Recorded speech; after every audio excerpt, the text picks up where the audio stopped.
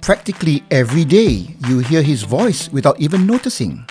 You get attracted to a brand through his smooth and powerful voice over the radio and TV. For years, he has entered your homes, your minds, and your lives subconsciously without you even knowing it. He is the voice talent we hear in advertisements, public events, and on special occasions.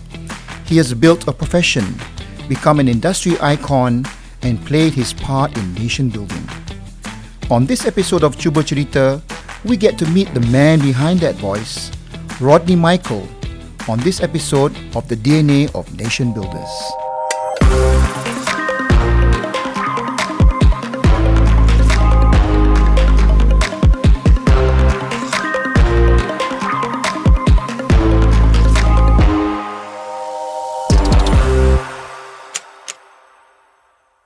Assalamualaikum and a very good day, everyone. Thank you once again for joining our most recent episode of Cuba Cerita. And we are very happy that we're able to invite guests from all walks of life, different types of professions. And today, we have a guest whom we know that you hear practically every day. Whether you're in the car, or whether you're watching TV at home, or even looking at adverts generally, there is this voice that resonates in your mind without you actually knowing. And just to give you a feel of whom we actually have as our guest on today's episode, listen to this. Keenakan buah kurma dari Timur Tengah. Yusof Taiyob. Kelazatan buah kurma yang menepati cita rasa. Yusof Taiyob. Buah kurma Safia, Wasim, Safina dan banyak lagi pastinya menjadi pilihan anda setiap masa. Pilihan eksklusif. Yusof Taiyob. There you are. So please join me in welcoming a major Malaysian voice talent, Mr. Rodney Michael. Oh man, with an intro like that, I can feel my head expanding already. Shoo! I got so much to live up to after that intro now. Put me in a spot. Okay, yes. Nice to be here. Thank you very much for inviting me to your special podcast. I think I'm number 5 or 6, right? Actually, we've done a few more. Okay. So, and again, it's because it's been such an interesting journey for us so far. We started obviously with a few names in mind, but as we went along, because of the interest, because of the ideas, fair enough, the theme is the DNA of Nation Builders. Mm-hmm. But what it really helped us envision was there's just so many types of leaders out there. That's true, but the question that comes to mind is, okay, why wasn't I the first? Why? And now I've taken over as the host. We wanted to make sure. We wanted to make sure we get out with the big bang. We couldn't risk it. Okay, fine. I'll leave you. You're not number 501, fortunately. Okay. You save that for the other guys. And even amongst our close circle of friends, you are high up the list without them realizing. Okay, thank you very much. I'm indeed flattered. Okay, yes, let's get cracking. What do you need to know? What I need to know. Well, first of all, as you know, we always have this as a get to know you session. Mm-hmm. And again, I've known you for years. All right. But I want to hear maybe some things that I don't know about you today. Okay. So we're going to start in the usual way. What is it about you in reflection that you'd like to share about your childhood years, your formative years? My formative years, okay. I think when it comes to the line of work I'm in now, mm-hmm. the advantage that I had was I was a mulut murai lah, meaning I talk a lot. Okay. And I know that. Yeah, okay.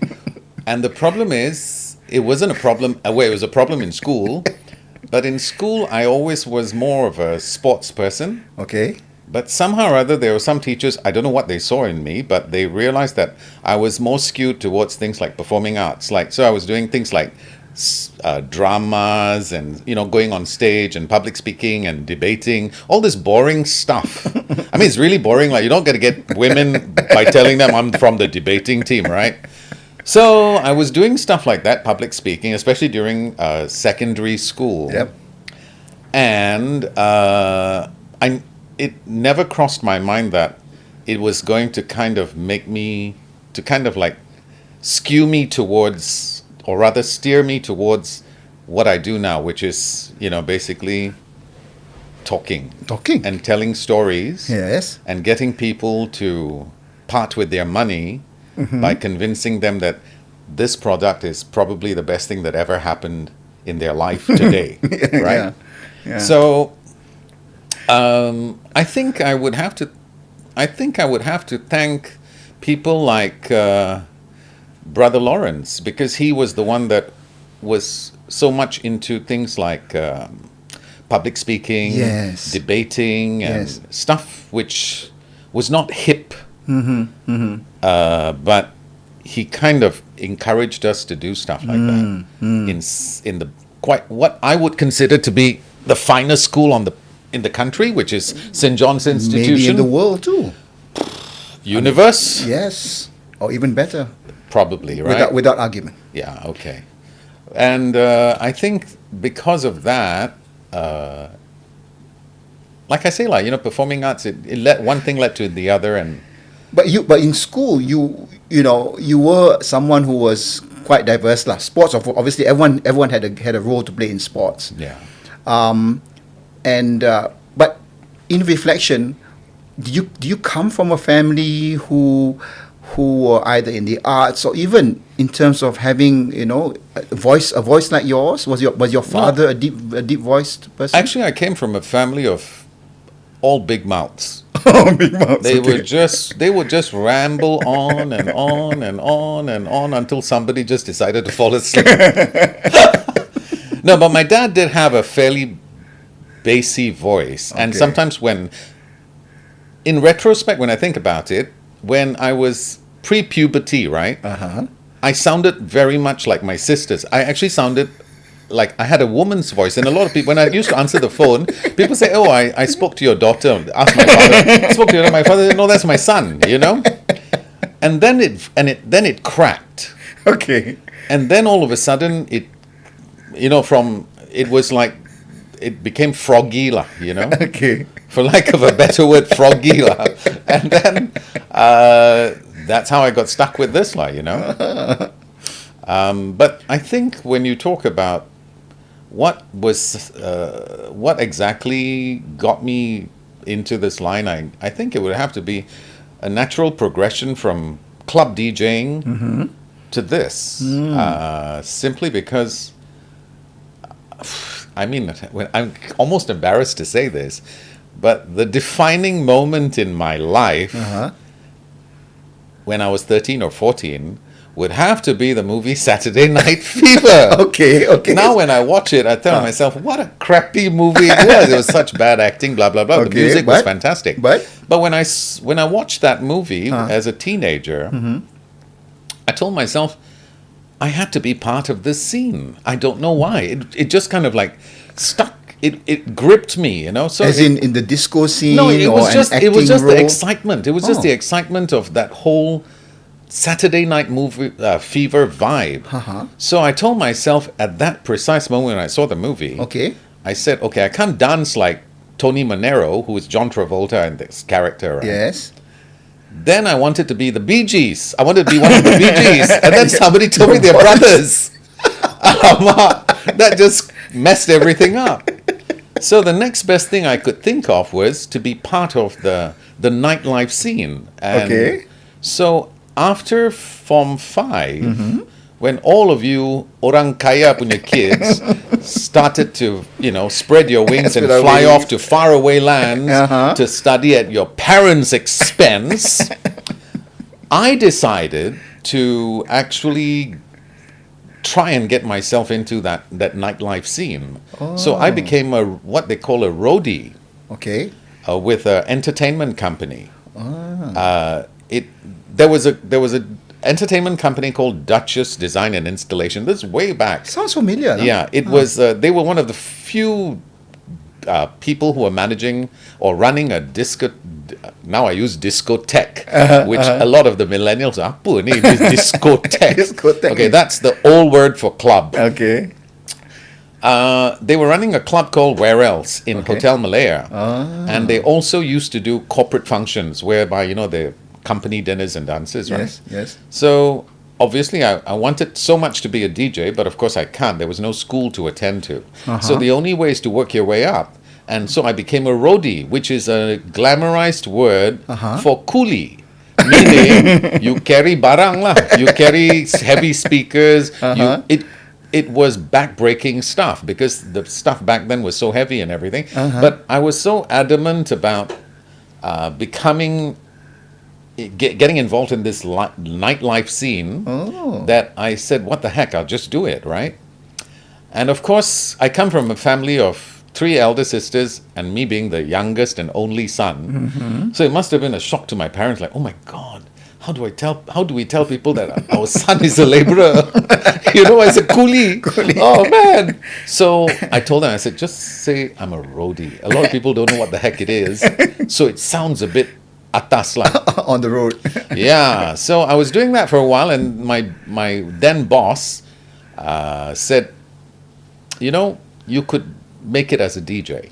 All right. So I started being his understudy, and I was learning what they call mixing. Mixing is when you seg one piece of music into the next without anyone knowing the difference. You kind of like it just glides into from one. Was this in the days of still vinyl records? Vinyl, yeah. Wow. So we were using vinyls, and if you got like, usually if it's like a dance song that was 118 beats per minute, we call it BPM, right? Okay.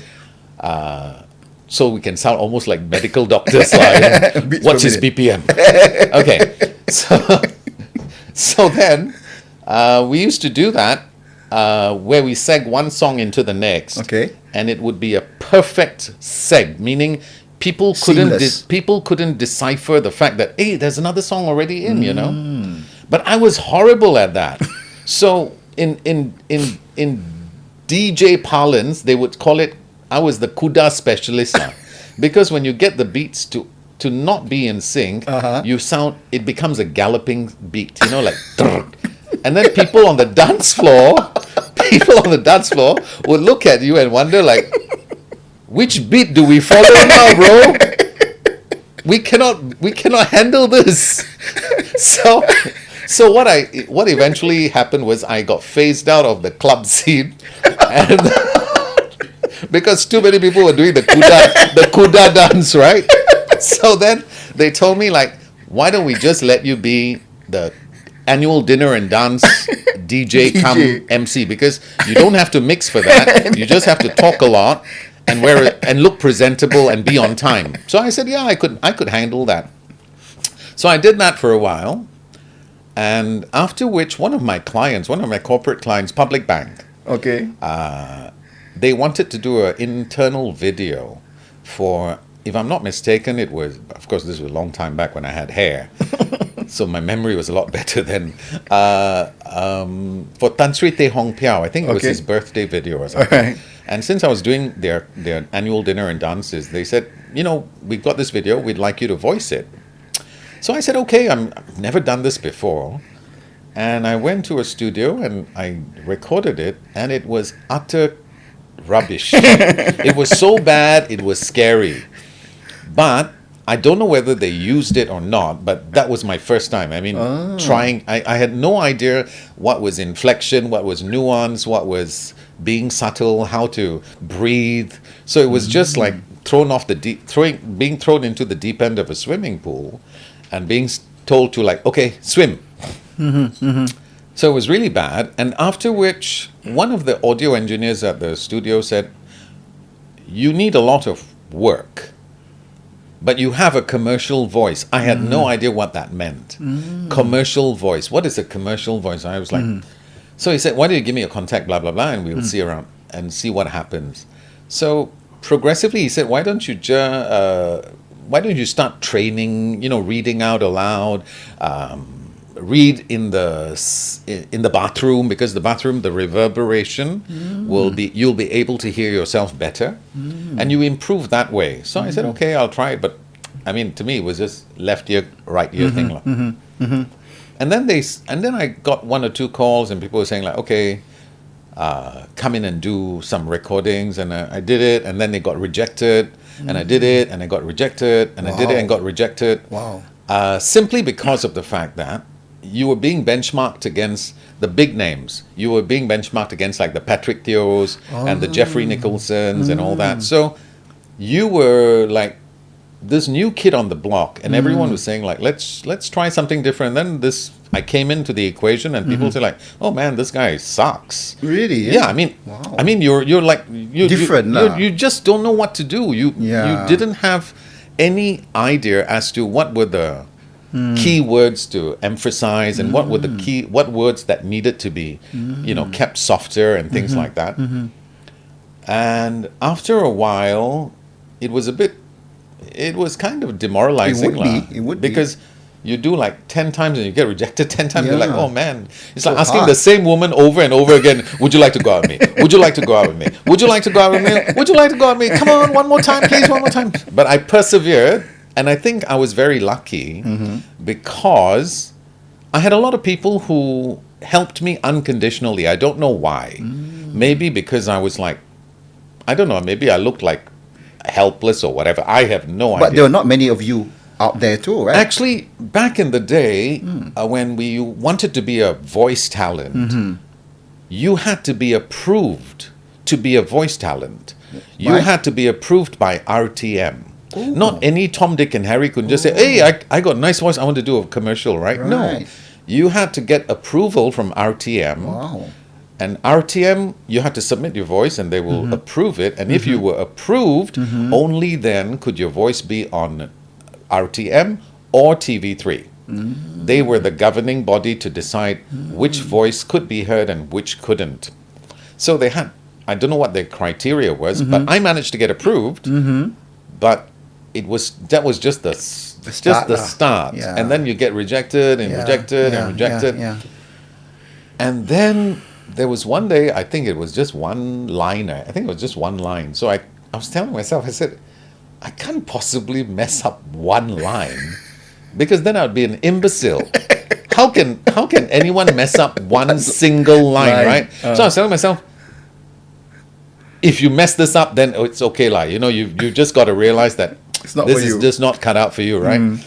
So then I did it, and it actually went on air, and I was so excited because I was waiting at the TV to hear it, and I was like, Wow.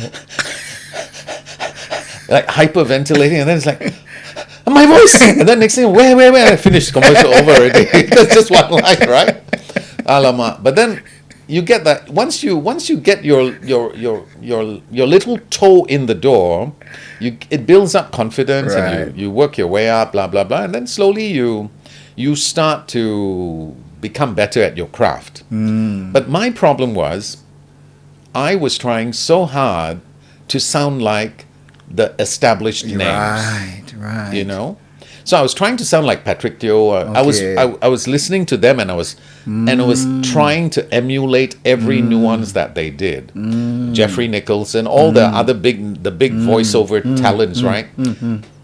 Until somebody pointed it out to me and said, "What you're doing, you're competent at what you're doing, but that's as good as you will get because you haven't found your own voice." And it didn't dawn on me what I was like, what's this guy talking about? My own voice. This is my own voice I'm using. He said, no, you're trying to ape someone else. You're trying to follow somebody else's style. Why don't you just try and be yourself? Be yourself. Because no matter how good you are, if you're going to model yourself after somebody else, you will always end up being plan B. You will always be the contingency. In the event this person's not free, Barulah. okay, call this fellow lah. He's the backup plan. So I realized then it made a lot of sense, and it was only then. I think I was like it was only in the 90s. I think mid 90s that I started telling myself. I had to re-engineer my thinking process because all this while I was just molding my entire delivery based on what I heard from the established voices. So I didn't have a style of my own. And it was only in the 90s that I slowly started to, like, for lack of a better word, detox and come up with Your own style. sort of my own style. I mean, just be myself. Right. And, kind of just wing it, And from there, I guess people started paying more attention because they were saying, like, okay, there is another person who can actually do voiceovers as well, because he's not trying to sound like the established voices. So I think the important thing is to actually find your own strength and your own inner voice, and eventually use that. So it's quite amazing, because I'm just, as I'm listening to you, I'm even trying to draw parallels to Harith Iskandar's story also, because again it started as something that giving it a try, and eventually developing your own style. It's a St. John's thing. It's a St. John's thing, exactly. St. Maybe. John's thing. But it's so interesting because it's only in these points of reflection that actually look back and say, actually, it was something that you had to really, in a way, re-engineer yourself and define yourself. And that was maybe, after 10 years, was it?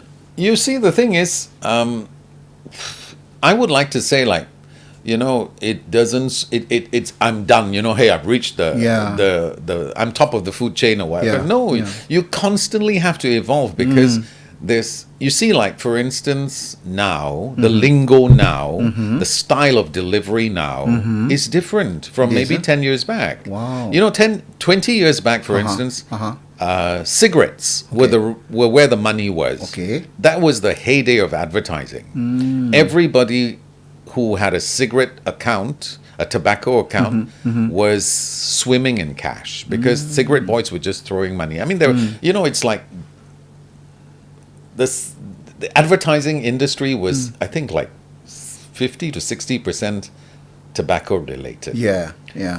And when people came into the realization that the tobacco industry was going to be yanked off and everything, then the telcos came in. And when telcos came in, they became the next big thing. Telcos filled in the void that cigarettes had left. And telcos were all about being hip and trendy and in the now. The cigarettes were like, kind of like, it was a lifestyle thing, Yeah. It was like, it was all that macho-ness, or Yes.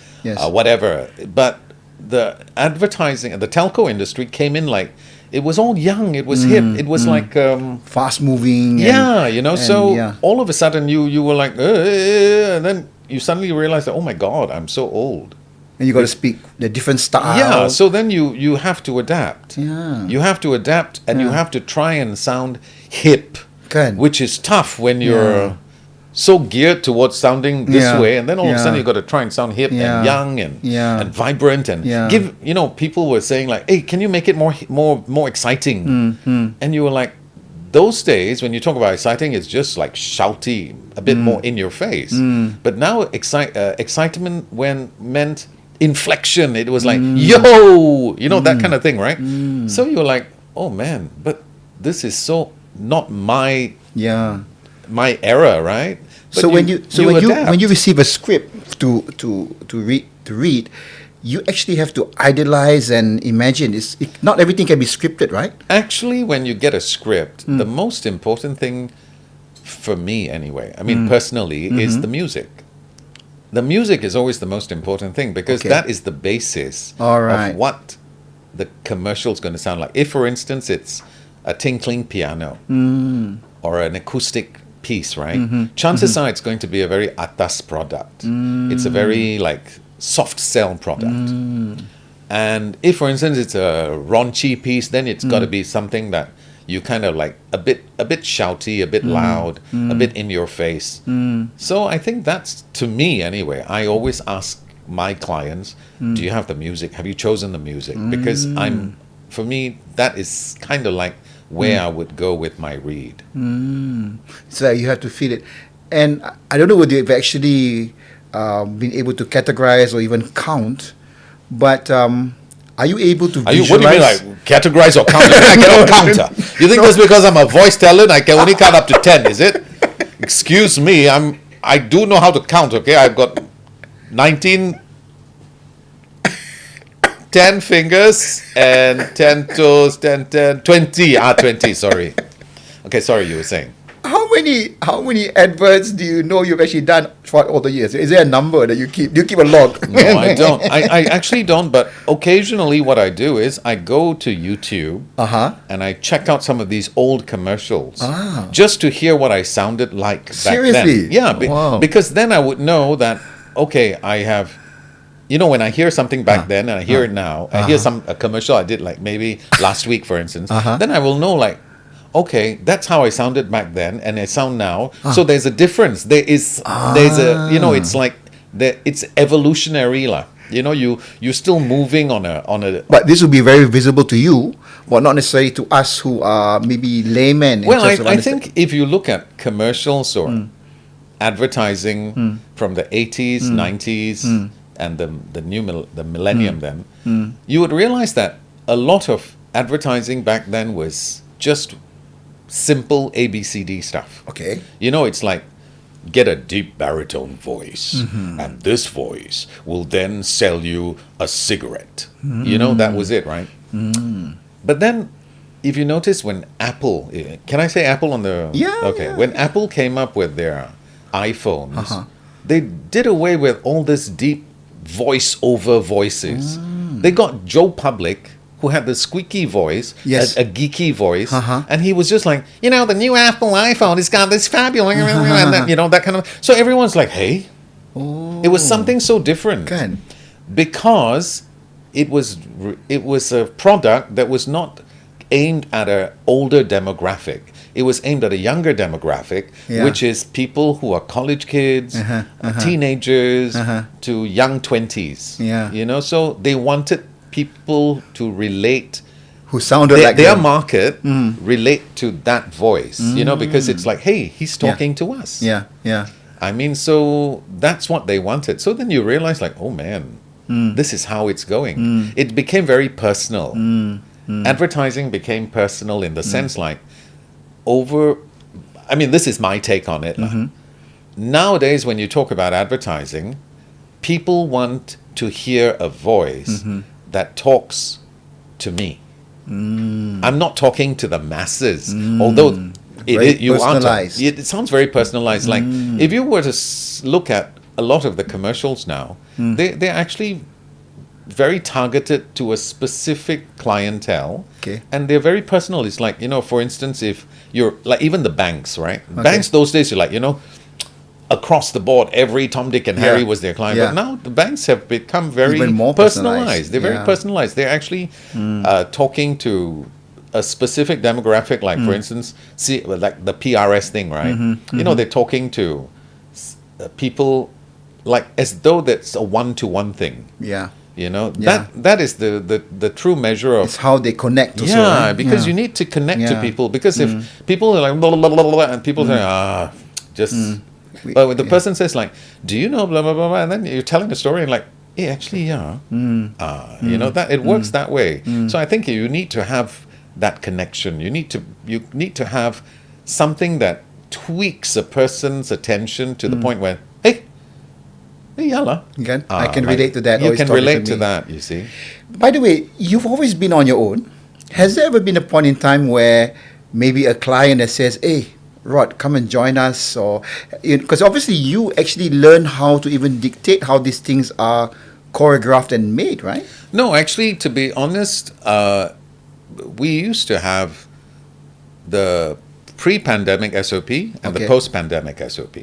The pre-pandemic way of doing work was you book a studio, you Okay. physically get your butt there, clients will get over there. It effectively takes like half a day, Right. you know, and then the clients will sit in and they will give you their feedback straight away, and it's done within like half a day, right? Just for the one, say, advert. No. I mean, we're talking like maybe usually when you do ads there, it's always English, Bahasa, and Mandarin. So Okay. they're three languages lah. So they will allocate like the recording time in a studio, any given studio. It's like 1 hour for this language, 1 hour, 1 hour. So that's 3 hours. Recordings usually start at 10. So 3 hours would be just about 1 1 o'clock. o'clock. So it's half a day gone, Yeah. right? Yeah.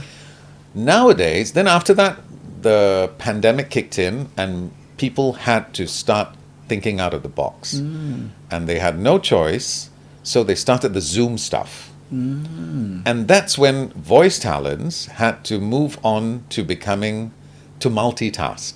They had to become audio engineers. So a lot of us set up home studios simply because you either adapt or die. Because people still needed advertising, Yes. but they couldn't physically go to wherever. So everything was online, right? Everything was bounced off. Sound files would send to video people. Video people would edit it and then send it to the client. Client would say, okay, I need to tweak this bit, blah, blah, blah. They go back. So it was all done, remotely. Right. And I think now, because of the fact that we've been doing it for so long, a lot of clients have become very used to this way of working because they realize that we just leave it to the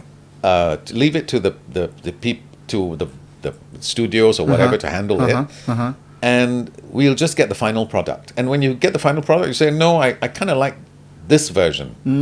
So what happens is you record, for me anyway, I always record 3 versions. Oh. It's a medium, well done, and rare. That's what I always say, medium, well done, and rare. And then they will mix it up with different pieces of music. They'll send it to the client, and the client has this kind of like small little menu of which thing works version to best. choose. So maybe they'll say, I like this take, but I prefer this music. So they'll do it that way. Wow. And it's kind of like saves them time and saves them the hassle of traveling and everything. So, but technically, you overnight practically had to, I mean, for example, even invest in quality mics and have a sound system. The investing in the equipment thing you had to, but the scary part is I'm a technophobic. I do not enjoy technology simply because I fear technology. Well, I'm an analog animal living in a digital world, right? So it's kind of like I used to deal with cassettes with the spools and everything. A lot of people don't know what that is especially those in the room today. So the thing is, when you deal with something that was analog and it's so easy, then you have all this click, click, click, click, and then you're like, oh my God, where did the file go? Oh, I deleted it. Oh no! You know, that kind of thing. So, of course, there was so many of those things that happened. It was all trial and error. But then after a while, I told myself, you either get your act together, stupid, or you're just going to go the way of the dinosaur.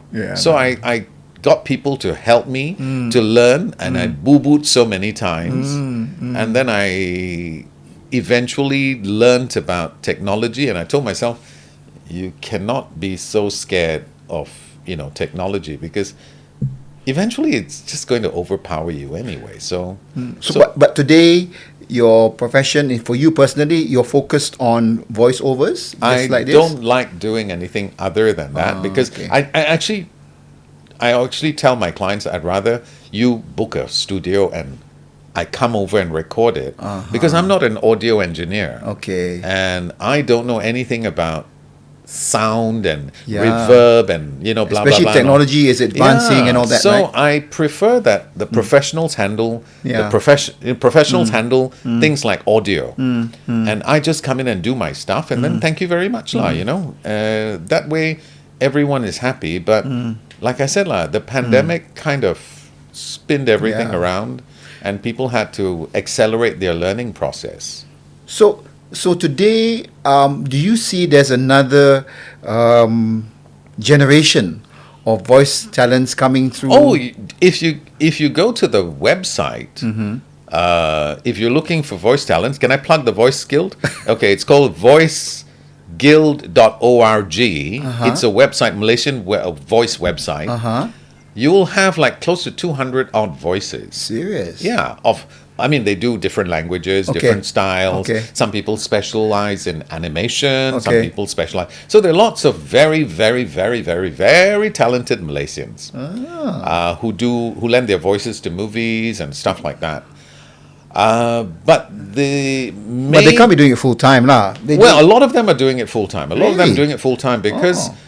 you see, the thing is, when somebody wants you to do something, and you say like, "Oh, I can only do it after 5 o'clock or Sure. 6 o'clock," people are not going to wait. People are not going to be that patient. They're just going to say like, "Excuse me, Get someone else, I'll lah." get somebody else to do it because I want something now and I want chop chop, right?"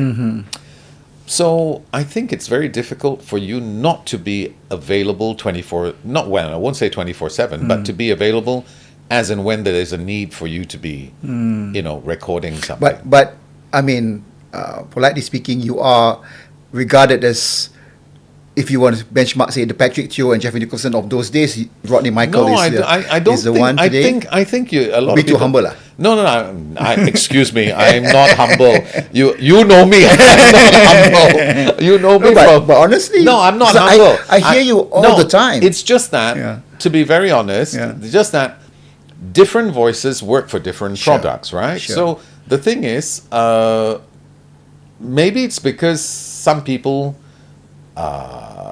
feel that they still would like to use a certain voice for a certain product. I don't know, but no, there's no such thing as the best voice. It's the best voice for the specific product. Oh, by the way, I forgot to ask.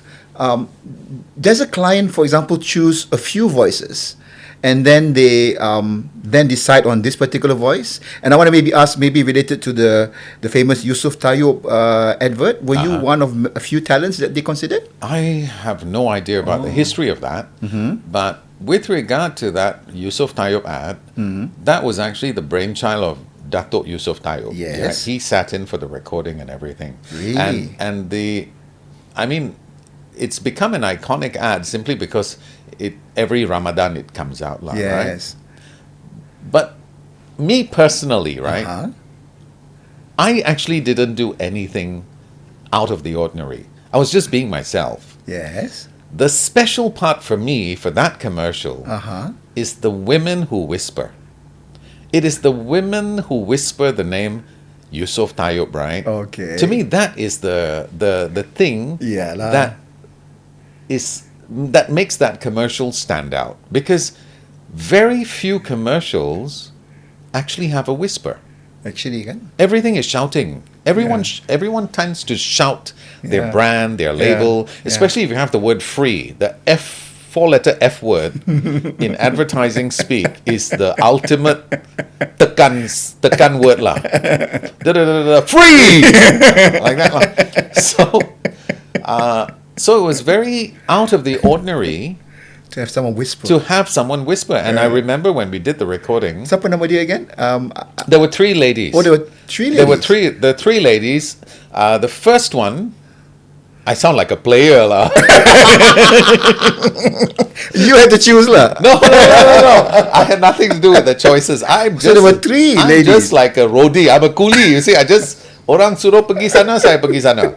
So there were three. The first lady was a copywriter who worked in Astro at that time. Her name was Okay. Carol Pelly, Okay. right? And then the second lady was Tengku Karen Bahrain, who was a radio announcer Okay. with Mix FM, and then eventually Light FM. And then the third one was the one that was featured in the video, Azura. Azura. She was announcer for one of the Media Prima stations, TV. One of the, I think it was, I'm not sure which TV radio station. So she was the one that was featured with me in the video that made its rounds. Okay. Which both of us did not have any idea we were being recorded. And when they plugged it on, everyone's like, "Hey, you're on." I'm like, "What?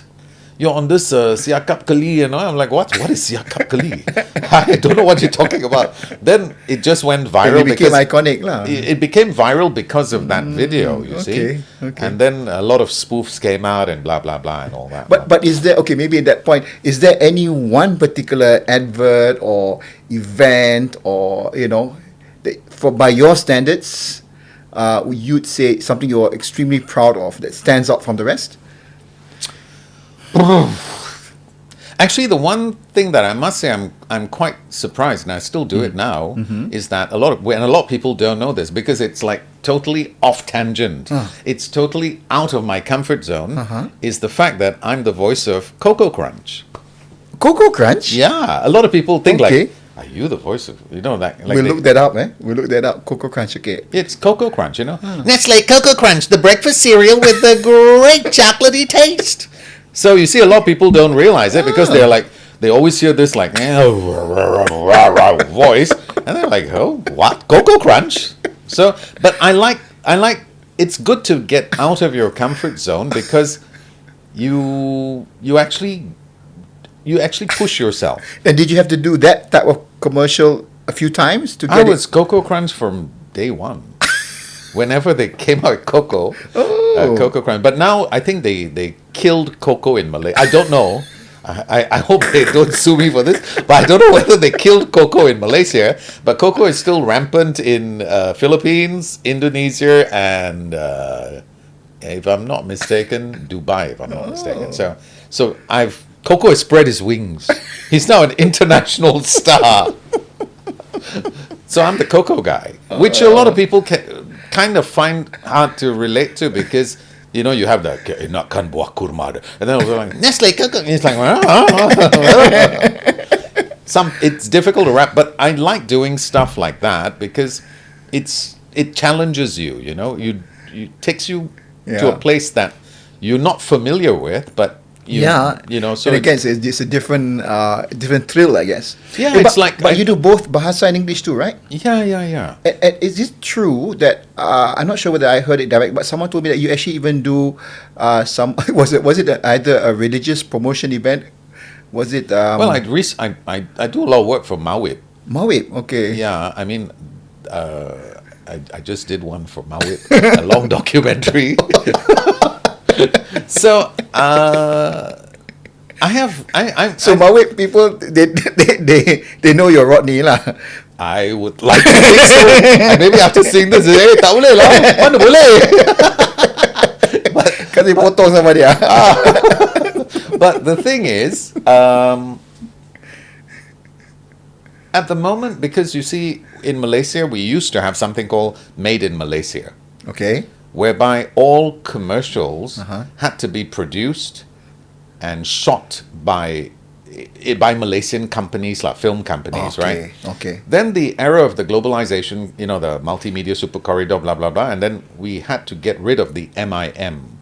So foreign commercials have managed to come into Malaysia without this made in Malaysia requirement. So that's why you find, like, for instance, multinationals, they actually come on, they're actually shown as per wherever. So you would find, like, for instance, a Samsung ad or iPhone ad, all foreign, Right. all Matsale faces and all that. Or Koreans, whatever. Those days, it was not allowed. It had to be made in Malaysia. Then with the multimedia super corridor, I think one of the agreements was that it would have to be a breachless World Wide Web kind of thing, right? So we could do anything and we would have to accept everything. On that note, do you know if any of your voices or ads actually have appeared in? Yeah, because a lot of Malaysian voice talents, geographically, I think a lot of them are used throughout Asia. Simply because Malaysian voice talents don't have an accent. Okay. If you realize it, if you have an Australian or an Englishman or an American, they would have an accent. But if you use a Malaysian or an Indian for that matter, they would have an accent. But if you have a Malaysian, people cannot say, "Oh, this is a Malaysian." Oh, this is no. They would like. it's a very Neutral. ambiguous accent. Nobody knows where this person is from. But if you say it's an Aussie, you know lah. There's always the Aussie, and English, and that kind of stuff lah. But no disrespect to those people. Not only disrespectful. Hey, Malaysia what? Malaysia would. So, but if you use a Malaysian voice talent, people will not know which country you're from. It's very, very neutral. Realize that very actually. neutral. Yeah, It's yeah, very yeah. neutral. It is. It's very neutral. And it's clear and easily understood also without I think it's the it's- baggage of an accent. It's just the fact that it's ambiguous, lah. So it's. I think that's probably one of the advantages. One of the. Oh man, it's BB King. I don't know. That's the way. That's the ringtone, lah. Dang, dang, dang, dang, dang. You actually are a jukebox, huh? You can actually pick up straight away. No, I mean that's a blues riff one. Yeah, but still, Dang, I mean, dang, dang, dang, dang. But immediately you can just pick it up and straight away, that's BB King. I was a DJ one. Yeah. Actually, I've always known you as a jukebox. You actually, any song that just comes out, you straight away, that's what it is. And Well, I mean, I've always loved music, but the thing is, I think jukebox is a bit far fetched, lah. But I do love music, yeah, lah. yeah. But anyway, getting back to this, you have to understand also that AI Yeah. has come into the equation, Yeah. and if you listen to a lot of ads on TV and I don't know whether radio has, but a lot of ads on TV, they're actually using AI voices because they are efficient, they're cheap,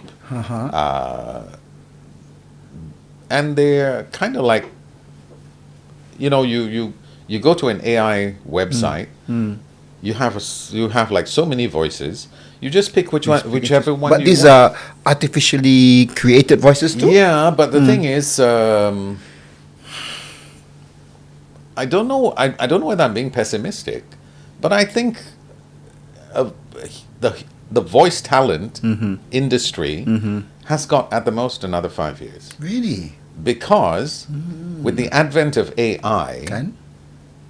why would people want to pay a premium and get Morgan Freeman to voice a documentary When- for maybe like 300,000 US Yeah. when they can get an AI that sounds Yeah.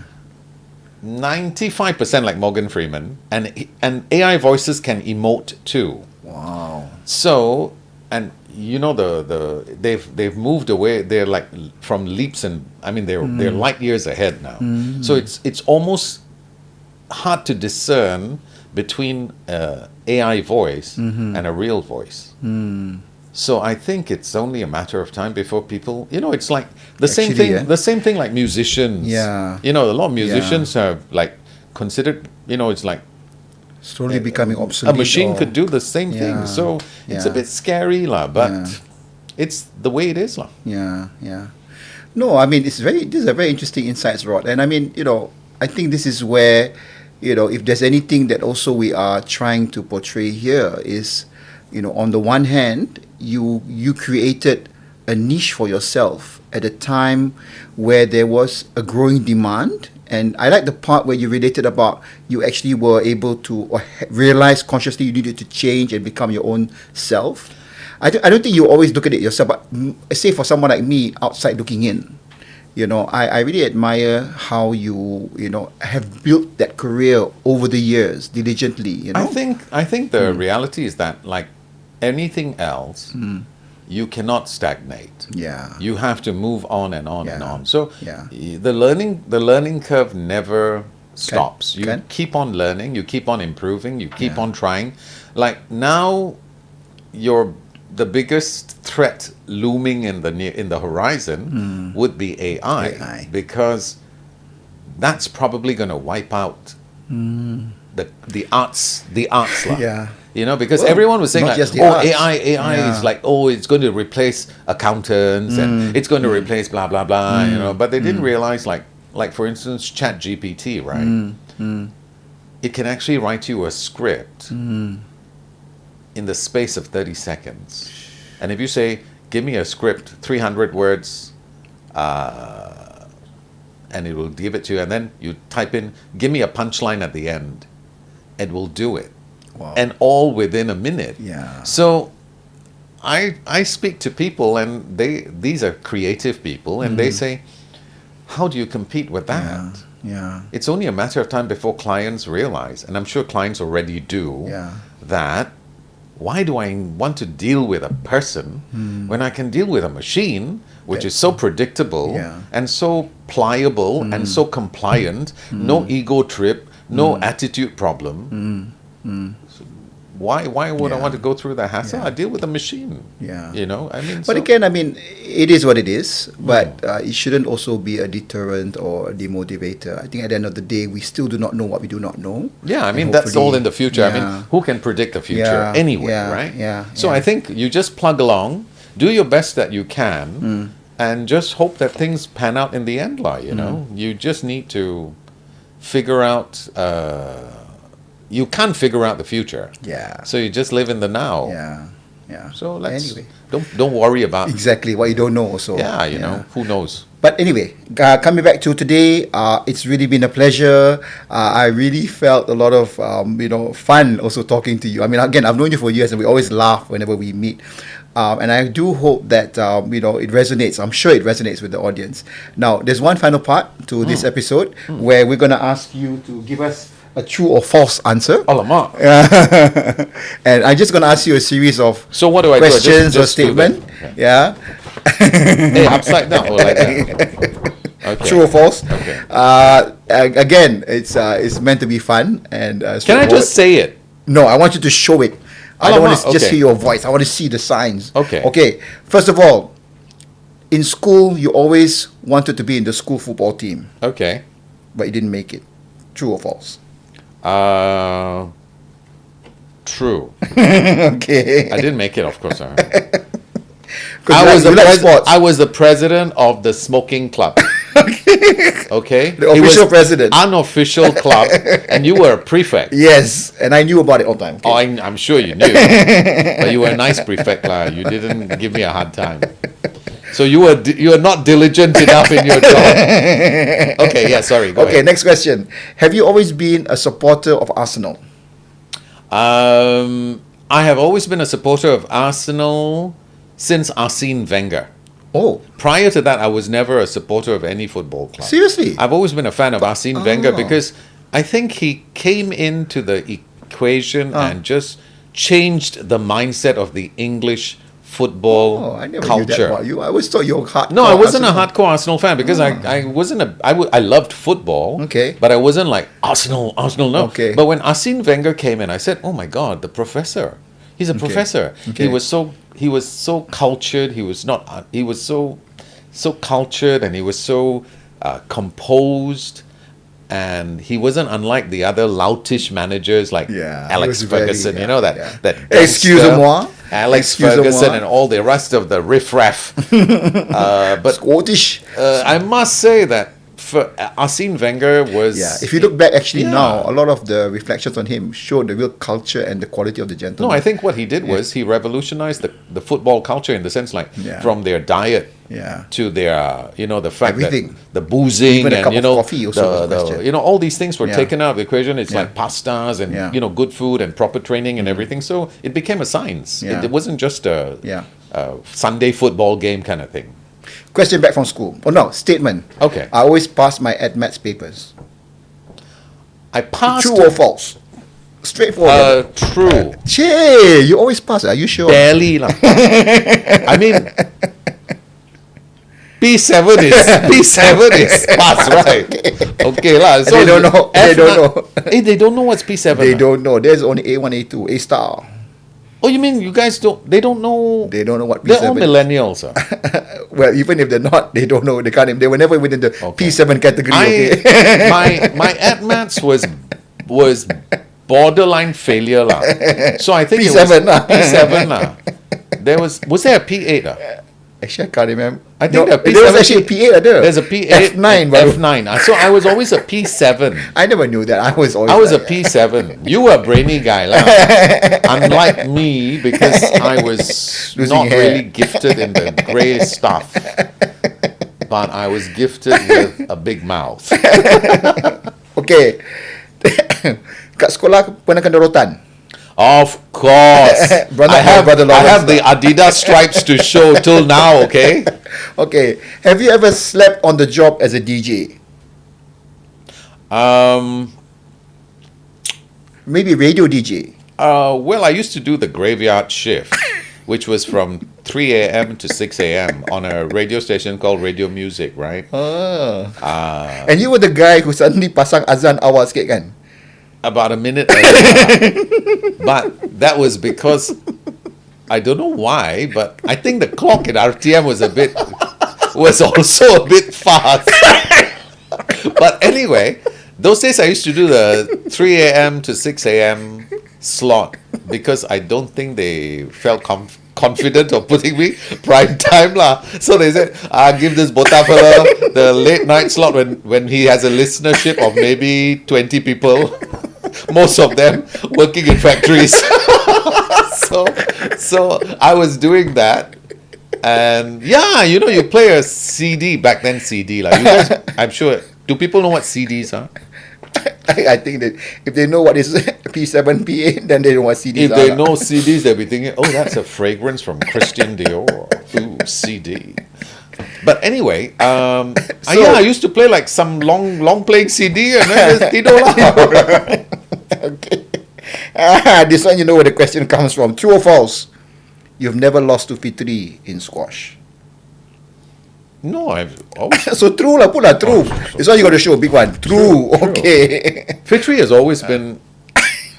An Arsenal fan. I don't know. I guess maybe when you put us side by side, he always feels like the lesser man. He hasn't found his own niche yet. He got no voice. This is going to force him to come on. He's going to come on. Depa kata. And final question. Yes. You always use your suave voice to pick up girls. No, really, because... True or false? Answer me. True or false? False. Honestly, because if you use that voice, you sound like a pervert. No, seriously. Even the Coco Crunch voice. No, seriously. You know why? Because I don't talk... No, I don't talk like a... I don't use my voiceover voice when I'm talking. I'm like, hey, hello, brother. I use that kind of voice. Because... Bukan mama. No, you cannot. Because you see, you have the cari makan voice, which is, okay. Gaya, you know, it's like... Gaya mutu ko. Yeah, you know. You have that voice, which is your cari makan voice. And you have your normal voice. So the normal voice is like, hey, like that, you know. But the Gaya voice is like, okay, now you've got to do a voice over, and you have to be prim and proper and sound and pronounce your T's and make sure your inflections are right, the nuances, everything has got to be professional. Yep. But it's too painful to do it when you're off the mic, because When you're picking out you sound girls. like a bloody you sound like a blooming idiot. You know what I mean? People have been thinking like, man, this guy, did he just come out of a mental hospital? Why is he speaking like this? Hello, could I have a drink, please? Yeah, like, what the heck's wrong with this guy? Hello, boss. Teh ada, teh limau panas. Macam tu kurang manis like that lah. You can't use the boss, teh limau manis, kurang manis, ikat tepi jangan tengah tepi. You know what I mean? It's so weird. FREE, free. Free. So you have to make sure that you have to switch off lah. So when people say like, hey, you don't sound like the voice, I've said, of course lah. That's my. You want me to sound like that? You pay lah. You will sound like that? You pay lah. You apa free ka? You want me to sound like a voice talent? You pay lah. No free show, brother. No free show. Cuba cerita pun kena bayar. Yeah, mesti. By the way, the appearance fee, you banked in or not? Do the rest of the guests know that you paid me an appearance fee? Cut. You mean to say nobody got an appearance fee except me? That's why you're number 501. Gosh. I wonder if they see this now, how they would feel. It's at this point we cut short the story. Cut short, Thank you so much. Kita bincang nanti. Listen, All right. Thank you. Thank you so much, Rod. Okay. I think we need to call this episode to a close. I hope so. I'm running out of things to say. I'm running out of questions to ask. Bibi pun sudah kering lah. Kering. And we're at a certain stage in life where our bladders are not so efficient. So I've been suppressing the urge to go to the Okay, but it's okay. I'm cool. Thank you so much, and I really appreciate it. I think this is the beauty of what we're trying to achieve here. It's being able to be casual, and at the same time, having a guest like you, will resonate with everyone. So thank you so much. This is my diva pose. This is your diva pose, your false diva pose. But again, thank you so much again, and we really hope that you enjoyed it, you laughed along, and you remember this particular episode in particular with Rod. How can you not remember an episode when you have a bald brown guy? Will you ever have another bald brown guy here? I think we're going to put up a competition. Can we please find bald brown guys? Find bald brown guy. I don't know whether you can find that many. Okay. That's our next challenge, maybe. Okay. Okay. Botak coklat. Okay. Thank you so much, everyone. Really, let's call this episode to a close. We look forward to you joining us again. I don't know whether we'll have as much fun in future episodes. This is the standard we're going to have to now benchmark ourselves against. So, terima kasih sekali lagi. InsyaAllah kita berjumpa lagi. Have a good week ahead, and Assalamualaikum. Selamat sejahtera.